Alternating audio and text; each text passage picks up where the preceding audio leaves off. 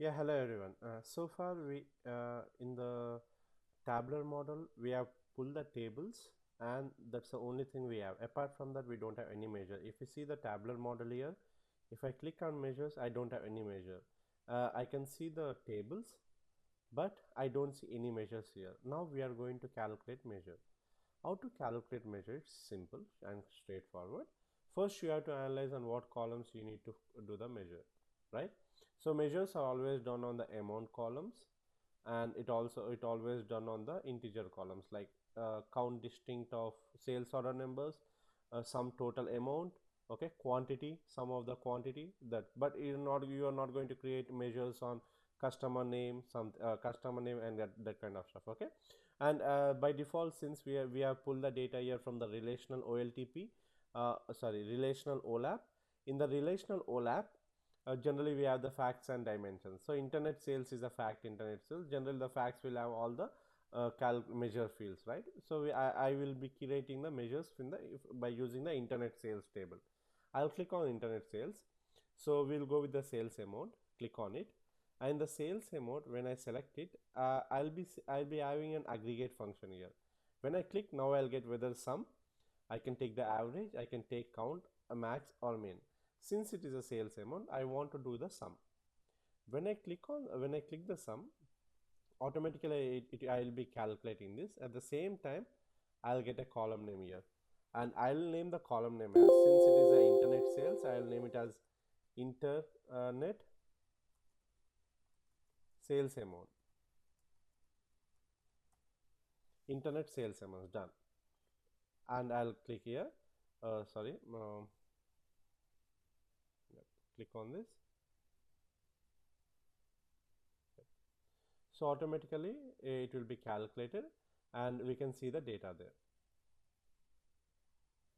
Good, yeah. So this is the internet sales measure. I have it. Now what I'll do is that I'll deploy my model.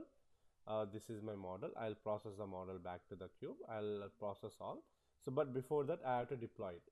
I have to deploy my latest solution. Deploy the solution.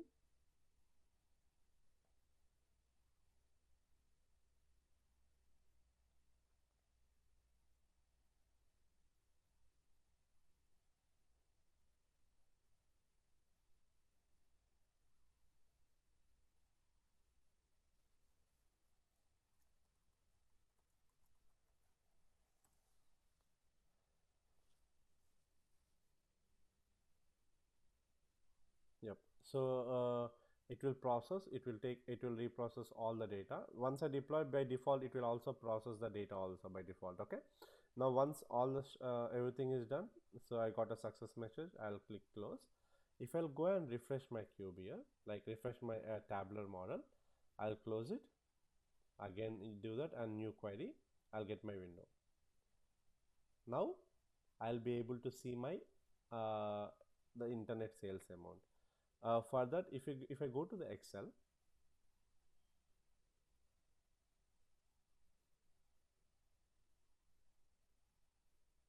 I'll connect through Excel. I'll go to the data. I'll say, okay, from other sources, it's a SQL Server analysis services, and the table name is, the server name is, it's a Virat MS SQL Server tab, and I want to use a Windows authentication, and it's a SSAS Tabular, and this is my first project. Done. I have it, and I'll click the finish. Yes. Okay. And you have to remember, when you don't have the measures, you can't create the Power Pivot table, because the system will try to get the sales, try to find the measures. Okay, if you don't have the measures, you can't get it. So please be aware that when you don't have the measure, and if you try to connect to the Excel, you'll not be able to connect it. Now whatever stuff I want, I can drag drop the values here. Internet sales amount. Yeah, it's taking some time. And after that, I just want to get the data on the calendar year. Done. I'll get the calendar year, whatever the amount I have, I can see the amount here. Okay. So this is a way we are going to add a measure. If you want to add more measures, you can add it. Let's take, I want to take the count, distinct count of the sales order, because order number generally will not be summing the order number, right? And we'll also not take the minimum and max order number. So what kind of calculation they might be doing? They might be taking over this period, what are the sales order count have. So in order to do that, you can use a distinct count here. I'll select it here, I'll go here, I'll have it here as a count or distinct count. Since if I want a distinct count, I can take the distinct count. It will only count the distinct values of the sales order numbers. I got it here, and then I can rename it. I can say it as, yeah, distinct count of sales order, or I can say count of sales order